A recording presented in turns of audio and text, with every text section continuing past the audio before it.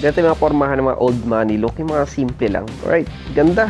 Ito yung mukhang Stan Smith talaga. Sobrang discounted na tayo dito. Sobrang below SRP pa tayo. Grabe oh. Mamahaling itsura pa.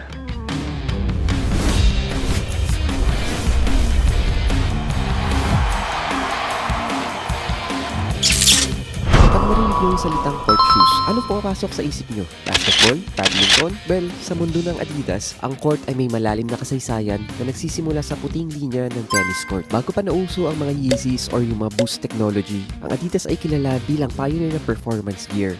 Ang court series ay hindi lang basta sapatos. Ito yung naging blueprint ng minimalism sa buong mundo. Today, balikan natin kung paano binago ng Adidas ang laro sa mundo ng mga sapatos. Noong 1950s at early 60s, ang mga sapatos sa tennis ay gawa lang sa canvas. Madaling mabutas, madaling madumihan, at walang support. Pero noong 1963, gumawa ang Adidas ng isang game changer. Sila ang unang naglabas ng leather tennis shoes. Mas matibay, mas stable, at mas premium tignan. Noong una, kilala ito bilang Robert Haley shoe, isang sikat na French player. Pero na mag-retire siya, kailangan ng Adidas ng bagong muka. At dito pumasok ang isang American legend na si Stan Smith noong 1971. Doon nagsimula ang court DNA. Malinis na puting leather, 3 linya ng butas para sa hangin at rubber capsule na hanggang ngayon na ginagamit pa rin natin. Hindi lang sa tennis tumigil ang Adidas. Noong 1969, dinala nila ang court technology sa basketball court sa pamamagitan ng Adidas Superstar. Yung iconic shell toe, protective feature yun para sa mga players na lagi natatapakan ng paa. At pagdating ng late 70s at 80s,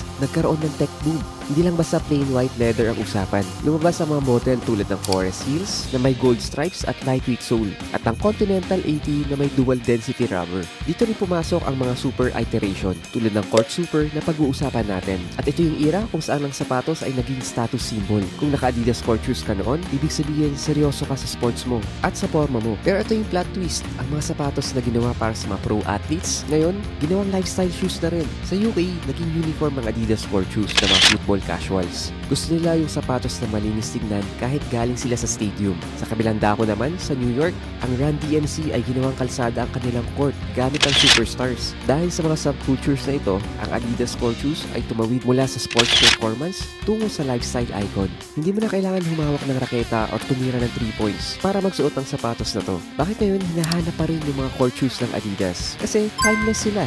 Ang design na ginawa noong 1960s ay gumagana pa rin ngayong 2026. Mula sa Court Super, Court Torino hanggang sa Classic Stan Smith, isa lang yung philosophy natin dyan. Simple, functional, at malinis. Kahit magbago ang trend, kahit mauso ang mga dad shoes or futuristic sneakers, babalik at babalik pa rin tayo sa classics. Alright, ganda nung ganito. This one guys, 2695 tayo. More than 50% off tayo sa ganitong sapatos natin. Almost, parang ano to eh, white na white. Pero parang wolf gray ang dating nito eh. Pero mas lighter side tayo na wolf gray. Pero ang angas. Ganda ng material ah. Imperial. Isa to sa mga sapatos na sobrang underrated para sa akin. Pero kapag dating sa Japorms, wala eh. Very smart casual look tayo dito. Alam mo sobrang linis. Pero wala eh. Sobrang dating niya. Grabe oh. Mamahaling itsura pa. Alright, ganda.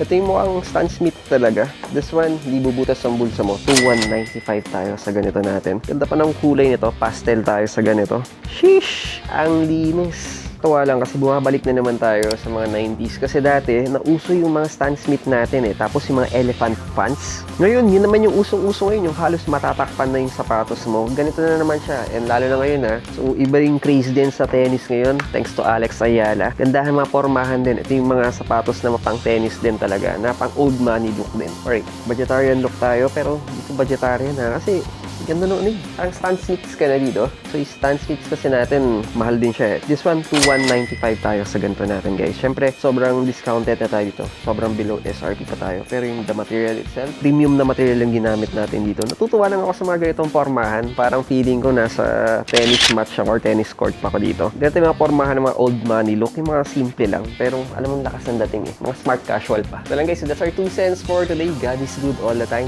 See you on the next one. Cheers!